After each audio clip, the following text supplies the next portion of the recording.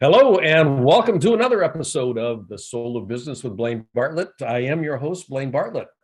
I've got a fishing boat, and I say out of my yard, it's on a trailer. It's not, on the ground in my yard. And I've been, boating for, oh, goodness gracious, probably close to 40 years or so. And one of the things I found out a long time ago is if I've got a leak in my boat and it's not noticed, there will be a point where I've got some difficulty that I have to deal with. And I want to be able to find out where that leak is as quickly as I can and plug it, because otherwise I'm not going to be having a pretty good day. Now, why do I talk about that? Well, the guy that I want to talk to today, and we've been kind of chatting a little bit before we actually started recording here, is absolutely one of the premier experts in the world today on data leaks. And one of the things that I think is fascinating here has to do with the nature of privacy and regulatory change. Regulatory change is probably the single greatest, what's the word I'd use here? Revolution that we have, and most people don't look at it this way, but it's data privacy. Yeah. And if I've got a leak, there's some real interesting things that happen, not just personally. I mean, I get followed all over the world by ads that I didn't know that I had ever logged in for. But more importantly, if I'm a business operator, I've got compliance issues that I need to pay attention to because they can get me in a whole world of hurt if I'm not really paying attention to them. So Dan Frechtling is who I'm talking with today, and Dan is the CEO of a company called Boltive, which is one of the leading experts, one of the leading expert companies in data. So Dan, I just want to welcome you to the show. I'm looking forward to this conversation. The little preamble we had before I started recording, has really piqued my interest in a lot of ways here. So I want to just welcome you to the show. Thanks, Blaine. Great to be here. And what you're describing about data leakage is something that all of us experience to varying degrees, and it really is around the world, as we've learned. This podcast is a great example of that, and I've also got a number of other things that I do just commercially on in terms of how we go to market and products and programs that we sell. The EU, and I'll speak about the EU specifically here. Just setting stuff up. My God, I didn't know that there were so many hoops to jump through. And one of the things that I was struck by is something that I'm going to just kind of pull this up off of some of the pre-reading that I was doing here. The actual plumbing of the internet, the way that data privacy should be automated and isn't. 20% or more of consent declarations are null and lost. 20%. I mean, so and that's a pretty sizable hole in the boat. I mean, if 20% of stuff is just kind of leaking back in, what's going on with this? How does this all work? Sure. Yeah, it is very accurate to refer to the internet infrastructure as plumbing because there are pipes that connect what's on the publisher side, right, or the user side, that what's called supply, and what's on the demand side, which is where the advertisers and the brands live. And there are these internet pipes that connect everybody, and they flow through various other ecosystem parties. And any of these nodes is a place where data can leak. And this is something that we've lived with, frankly, for decades as the internet has grown, because the open web is funded by advertising. And that's why we get so much great free content. What has happened recently, though, is that the concept of privacy as a human right has been changing due to a series of incidents and various pipes in various places that have leaked and caused this. And so when you mentioned, Blaine, in your kind of introduction here, what's going on with regulations, it was really caused by some real watershed events. So in 2011, there was a series of incidents in the UK where there was phone hacking of individuals and listening to their recorded messages. In 2013, Edward Snowden leaked classified information about NSA surveillance programs. In 2014, Japan suffered a data breach that affected, I think it was a third of its population. And then back back to the US in 2017, we had the Equifax hack that was attributed to the Chinese government. And it goes on and on and on. The Cambridge Analytica in 2018 affecting the election results. And so even in the past 2 years, the pandemic has driven more people online, more people engaging online, but also more companies creating distributed workforces. And all of this creates a bigger threat surface, if you will, to how privacy can leak.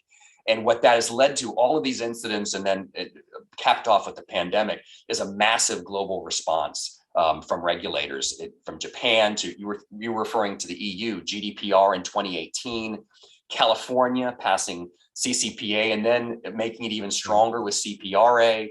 There's LGPD in Brazil. And then in addition to the regulations, which are now in 5 states, we see private industry taking action, like Apple prompting users before apps can track data, and in the iOS, and then Google deprecating third-party cookies, which is a huge deal next year, because that is the architecture of how all of this works. So what I guess to sort of summarize everything we're seeing here, there is a confluence of regulations unlike anything we've seen before. If you think of perspective and you consider the beginning of regulations in the United States, which was in 1887, that was when Congress created the Interstate Commerce Commission for railroads. We have a series of regulations, and this was outlined beautifully by Brad Smith of Microsoft, a series of targets toward certain types of regulations, like telephones and the FCC, nuclear, the NRC, electricity, FERC, so on and so forth, pharma through the FDA.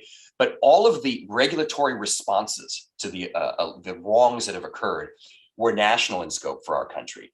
And no industry has had to change as quickly as technology right now on a global basis because of all of the actions occurring in the countries and the regions that I just mentioned. So just to sort of summarize, we're in a wave of regulatory change. We've discovered that the internet pipes are leaky. And just like any kind of smoke test, we need to figure out where those leaks are, and it's going to take technology to fix technology. And that's where Boltive comes in. That's where Boltive comes in, exactly right. That's what we do. Yeah. So how does it work? I mean, as a small business owner, small business entrepreneur, I mean, I've got, and I say small just in terms of staffing and that sort of stuff. I've got a pretty wide audience. I mean, my business is in literally every country on the planet every continent on the planet except Antarctica, and I'm not even sure I'm not there. How do I fix that? How do I pay attention to that? And part of this has to do with some of the work I do is in the medical field. I'm on the with a couple of different firms, but I'm a teaching faculty of the American Association of Physician Leadership. I coach in hospital systems with CEOs, and HIPAA is a very big thing that I have to pay attention to, and that we making sure we're HIPAA compliant in the work that we do.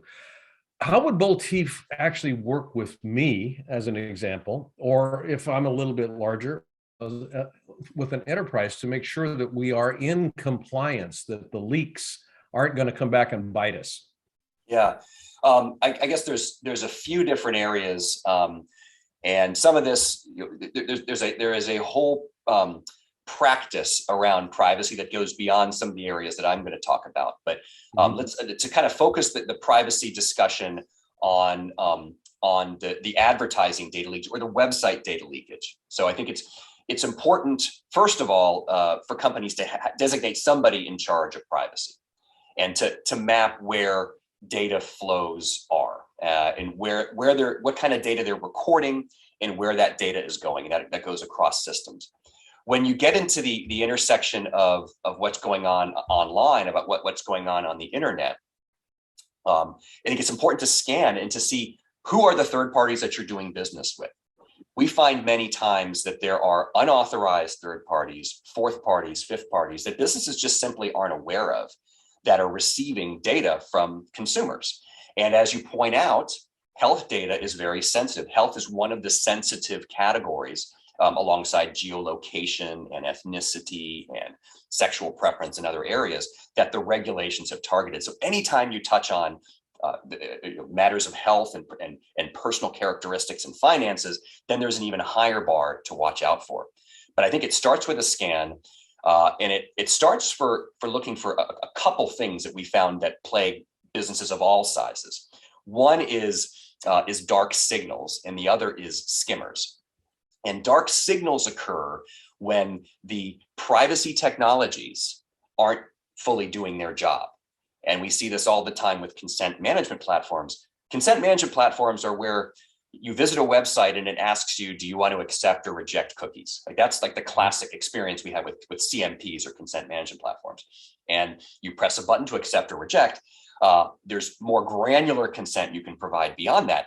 But that's a signal. Once you specify that, that should be honored throughout the internet. And we find many times that it's not honored. The statistic you were quoting a few minutes ago, 20 to 30% of these leaks are because the consent selection, the choices by users that are captured at the website will not get passed on. An opt-out will get lost, an opt-in will get lost.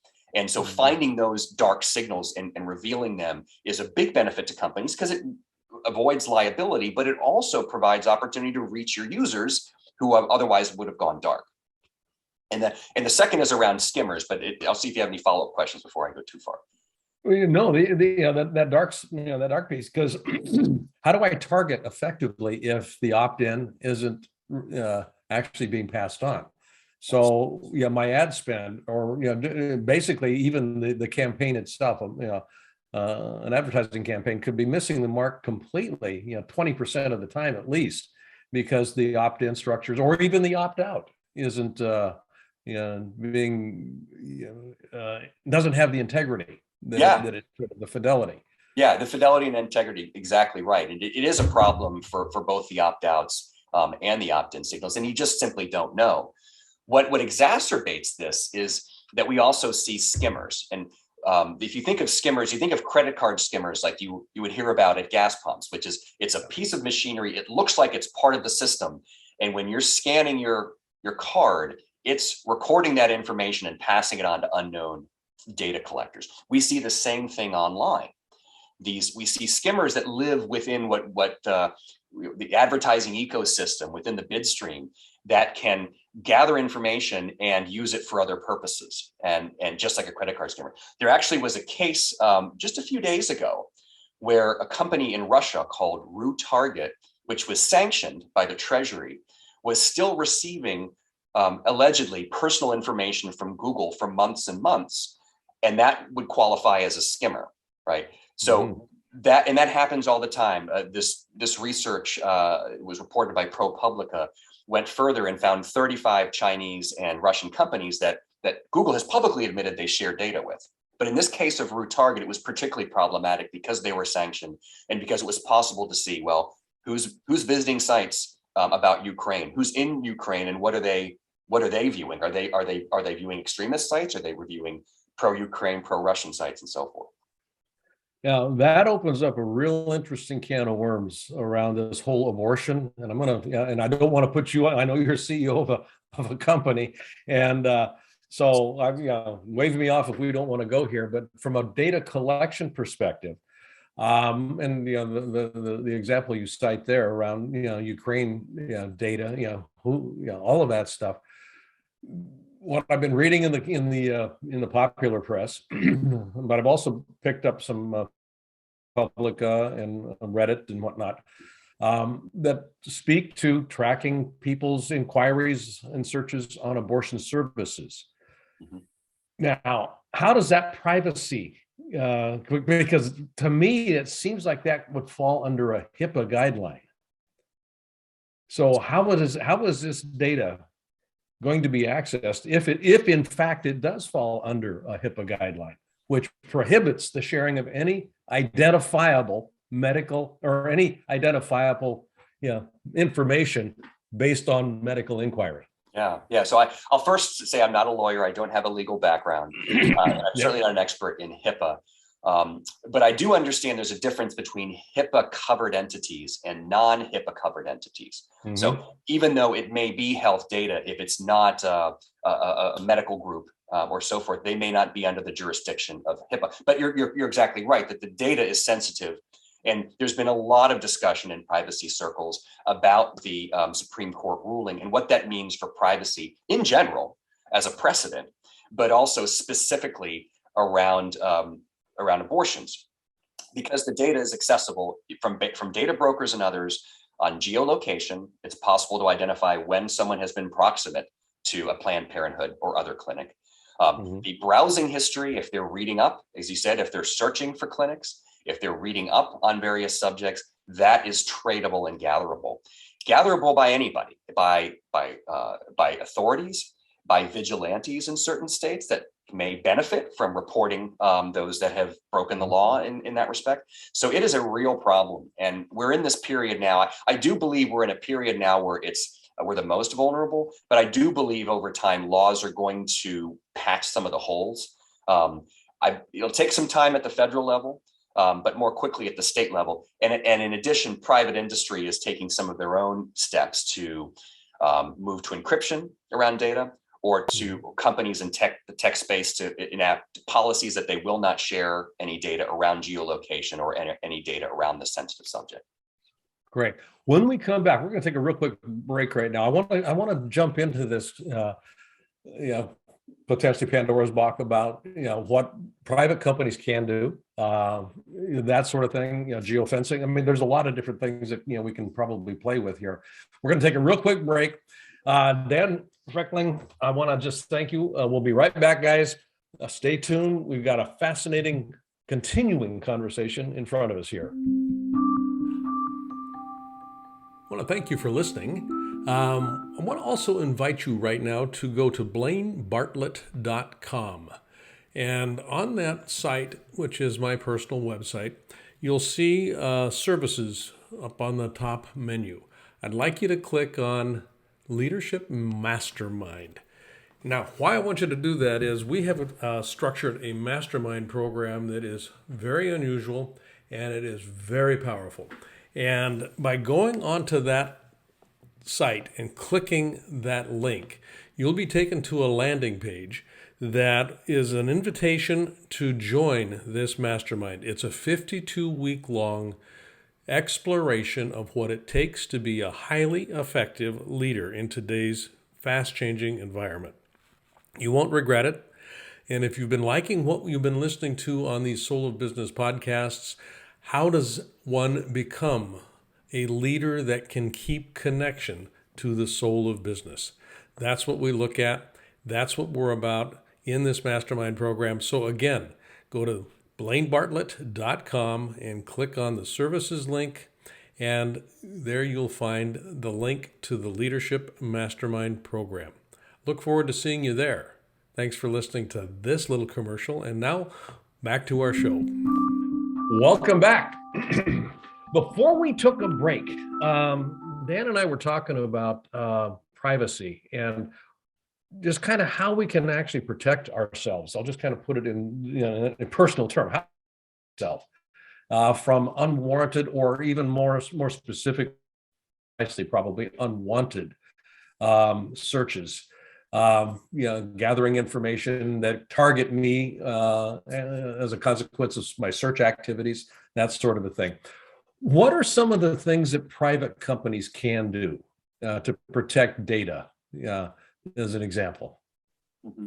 Well, there's many different things, and I know that's a very broad. Yeah, it's kind of like, where do I go with that? But yeah, there's many things you can do. As I mentioned before, for some companies, it's enough to just assign an administrator involved with privacy. For other companies, under GDPR, they recommend and require a data protection officer to ensure that data is being handled properly.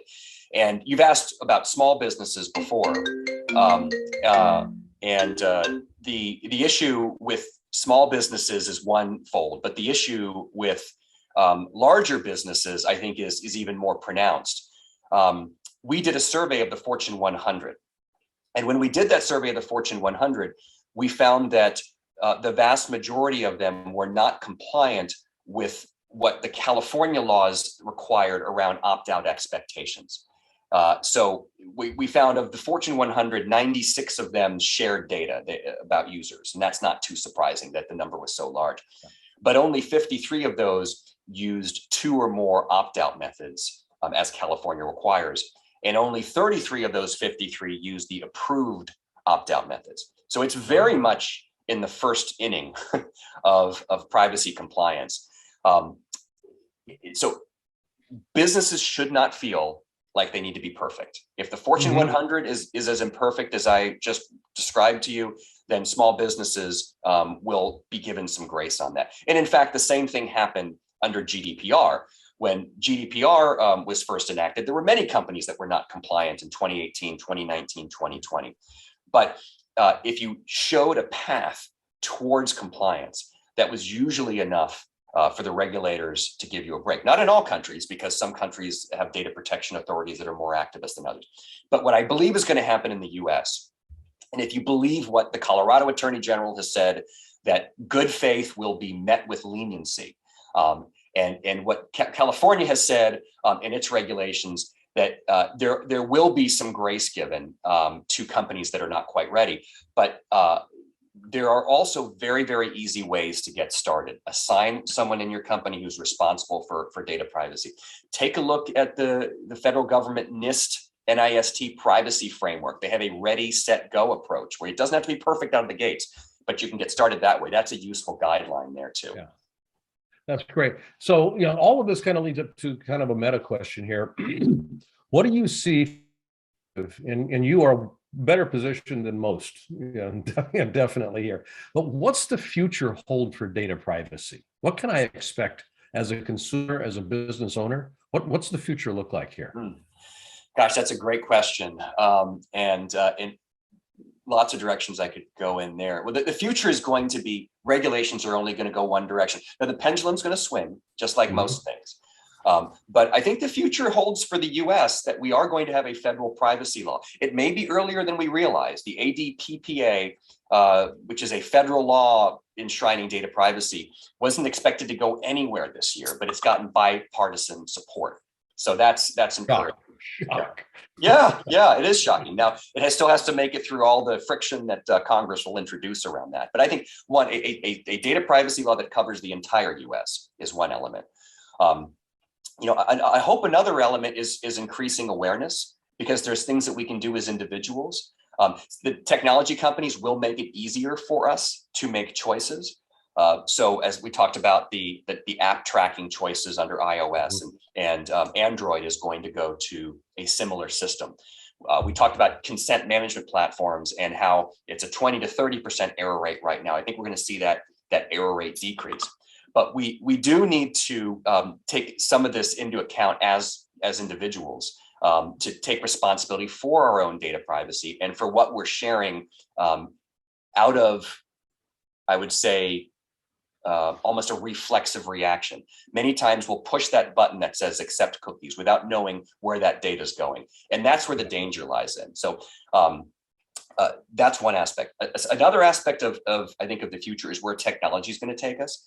There is a group of protocols that are under various names. The most common one in the US is the GPC, the Global Protection Control. And that is a browser-based signal. And that means you don't need to opt out when you go to every single website or every single entity that you're visiting. Your browser will basically push out a red flag that says, do not track this individual. Something similar was tried back a decade ago and didn't get the same traction. This is now being required by Colorado and I believe California as well. So the future, I think, will also bring with it technologies that make it easier for users to express that opt-out election. Right. Privacy browsing. I'm using a Chrome browser right now, and I know that that's built in. Which kind of moves us to a kind of a follow-on question to what the future holds. What would be some basic tips that you could provide to the listeners that will allow them to either keep them their brand secured, or their customers secured, or themselves secured? Yeah, I think it's probably different questions in there. For the business owners, I would have a set of recommendations. For individuals, I have a set of recommendations. Was there a particular direction that you'd like to go? Well, yeah, I think most of the listeners here tend to be more entrepreneurial. They tend to, mid-sized, smaller companies. So why don't we go towards, the individual? We'll start with that, and then we'll see if that moves us into another place as well. Yeah, I think I would reiterate the points below about being aware of about when you're opting in and when you're presented with a choice to opt in or opt out, to make an informed choice there. The second would be to be aware of the technologies that will make that easier. As I said, GPC is in the US. I believe ADPC is the one in Europe that create these browser signals. To know which to make technology choices if privacy is important to you based on the privacy merits. Now, privacy is now actually an attribute for choosing what services you use. Chrome is a very easy, very most popularly used browser, but it's among the least privacy compliant. And Brave and Firefox are generally considered more privacy compliant. Phone operating systems, choosing iOS versus Android is another way to go. I don't know if in the PC world, if it's fair to say Apple is more secure or Microsoft is more secure. I think both companies are trying to put a stake in the ground around their privacy, but kind of considering those choices as well. That's what I would say on the consumer side. On the business side, or if I may, then please. I think what we're seeing in the regulations, and this just came out really in June in California, is a tilt towards really understanding your third parties, those businesses that you are doing business with. The same thing happened, ironically, under cybersecurity, where some of the greatest breaches that companies experienced were through vendors that were not secure. The ecosystem of vendors that created the weak links. Well, similar thing, of course, is happening in privacy. And ignorance of what your third party's compliance is no longer a defense. That's what we're seeing coming out of the draft rules for CPRA in California. And so, first of all, identifying who your third parties are and knowing who they are, and understanding their policies and practices and auditing them. Of course, having contracts, having contracts with them. But indemnity clauses are not going to protect your own business. You can't push liability to your third parties completely. Now, say that again. That's really an important point, I think. Yeah. What California is saying is both the firm that acts as the data controller and the firm that acts as the data processor, both of them have liability. It's joint and several liability. So joint and several, okay. Yeah. And again, I'm not a lawyer. I'm just telling you what I read and hear and know, but I'm not a lawyer. So get legal advice as a business on that. But so my hosting platform, we host our sites on GoDaddy. So I need to know what GoDaddy's service are relative to privacy. And should I also be monitoring how integral they are in terms of how they're actually enforcing those policies? So, though I would say yes. I don't want to create extra work for you, Blaine. but I'll have my assistant do it. Zoom actually had a lawsuit last year. It settled, and I want to say it was about $80 million because of data sharing with internet advertising platforms that was unconsented. So it does affect even the brand names that we interact with can get themselves, inadvertently or intentionally in trouble. Wow, that is a big deal. A big deal. Anything that you'd like to point people to directly, Dan, that could be of immediate use to them before we start to wrap up this conversation? There are, the IAPP, the International Association of Privacy Professionals, has just troves and troves of data and reports on this. They're a very good resource. I would point people there. The Future of Privacy Forum, it does a really good series of educational sessions on how data privacy works technically, and you can pick those up on YouTube. They're videos that they've published. For any interest in the services that I've described, Boltive.com, BOL, like lightning bolt, IVE, Boltive.com. You can visit us or send an email to hello@boltive.com if any of this is interesting to you. I love talking about this subject, so I appreciate the chance to go at length with you here, Lang. It's obvious that you enjoy talking about it, and you are highly informed and intelligent around the way that you present it. So I want to just acknowledge that and thank you for that. You bet, Blaine. It's been a total pleasure. Yeah. Thank you. I mean, you got this big alphabet soup out there, and it can be overwhelming, and you've actually helped make some sense out of it. So thank you very much for that. Well, it's arcane and rapidly changing. So as soon as this publishes, we could be in a different regime. We'll see. It's a fast moving space. Good. Folks, you've been listening to The Soul of Business with Blaine Bartlett. My guest today, Dan, CEO of Boltive. And you can check him out again, like Dan said, Boltive. Data privacy. You don't want to have a leaky boat because it will sink you. Yeah, I'm going to go back to my opening remarks here. Take care of this. This is an important thing. And it doesn't have to be as overwhelming as many of us may think it is. But however, awareness precedes choice. And the more aware you are of what's in front of you, the better choices you can be making. So speaking of awareness, go to my website, blainebartlett.com, and become a little bit more aware of some of the things that I'm offering that can make a difference for you. A lot of it's, I just posted up there. Most of my IP is freely accessible. So feel free to go access it, and appropriate opt-in and opt-out parameters will apply. Okay. So see you on the next episode. Again, Blaine Bartlett, and you've been listening to The Soul of Business with Blaine Bartlett. Thanks for listening.